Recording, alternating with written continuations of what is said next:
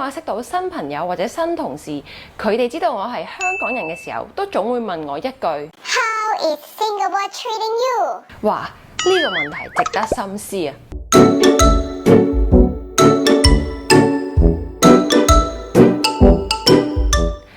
大家好，我係 Rin。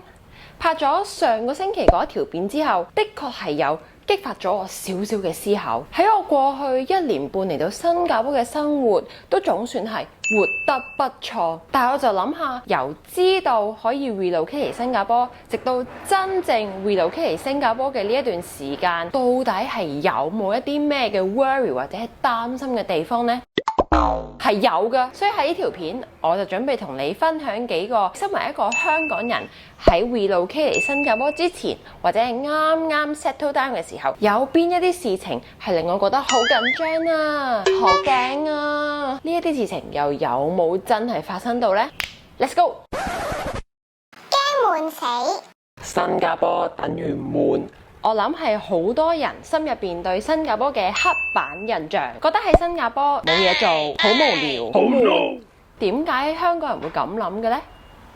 可能因為新加坡好細，但係大細同多唔多嘢做係咪一定有必然嘅關係呢？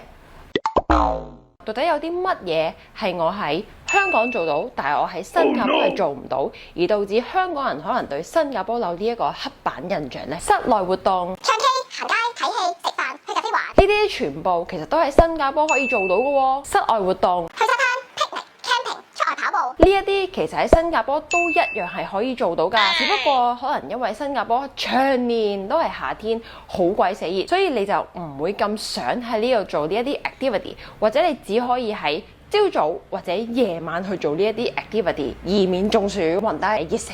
最後一樣我諗到嘅就係行山，呢樣呢的而且確就喺香港有得做，但喺新加坡做唔到嘅嘢啦。所以我諗呢一樣嘢就係其中一樣可能令香港人覺得新加坡好無聊嘅原因。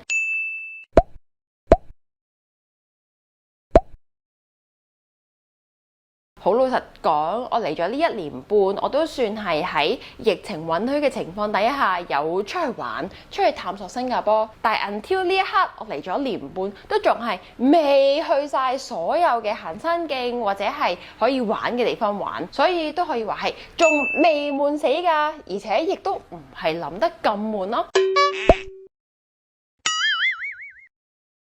對 Covid 疫情，政府相對安排嘅不安。我正就係喺上一年疫情大爆發之前到埗新加坡，嗰陣時其實都好緊張㗎，因為唔知道疫情會喺新加坡爆發成點。哇！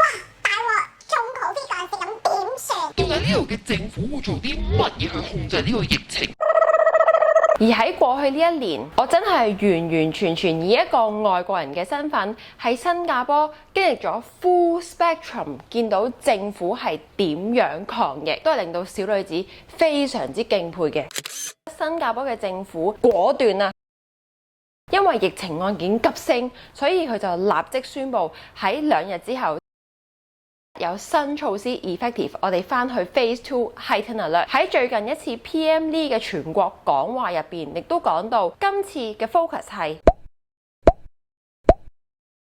每一次 PM Lee 就疫情發展嘅講話，同埋政府係會點樣實行新嘅措施去再壓止疫情。呢一類型都係令到市民或者我身為外國人會覺得政府有一個好清晰嘅指示話俾你聽，喺未來佢哋會點樣做，而我哋身為小市民嘅，亦都要點樣做，同心抗疫。而喺過去嘅1年入邊，由 Circuit Breaker 去到今時今日，我都覺得成個新加坡嘅社會秩序喺疫情底下咧，都係井井有條。對於我身為一個外國人嚟到一個新嘅地方工作同埋生活，簡直係完全令我冇咁驚啊！一開始所擔心嘅嘢，可以話係慢慢消除啊。被本地人歧視。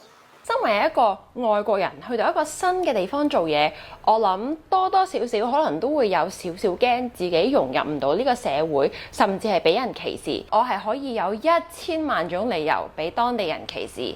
大至係點解你外國人要入嚟 invade 我哋嘅國家，小至係我哋做一啲日常生活嘅嘢嘅時候嘅方法係唔一樣，都可能係構成我俾人歧視嘅一個原因。Discrimination 可能係 come from no reason, wrong assumption, just don't understand。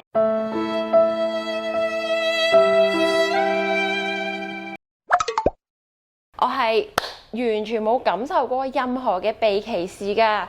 我喺新加坡嘅 experience 咧 so far 都係非常之 positive。不論係工作上認識新朋友，做 YouTube 嘅時候，去 Hawker Centre 嗰度拍影片，當佢哋聽得出我係香港人或者知道我係由香港嚟嘅時候，佢哋其實都會好主動咁樣同我去傾偈，好開心㗎。我又見佢用廣東話同我傾偈都好開心咁，哎呀好開心。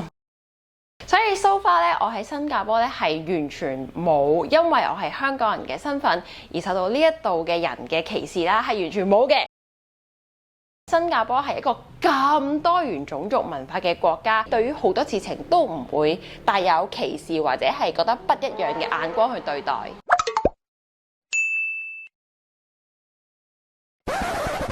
好，呢條片就到呢度啦，都希望你睇完呢條片之後可以了解多啲。我身為一個香港人，喺上年1月中搬嚟新加坡生活同埋工作，遠離我嘅家鄉，到底當初係有啲咩憂慮，而點解呢一啲憂慮喺新加坡都全部沒有發生？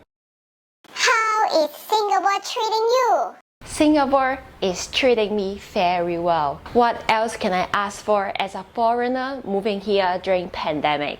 希望你 enjoy 呢一條片啦，咁我哋下一條片再見，拜拜。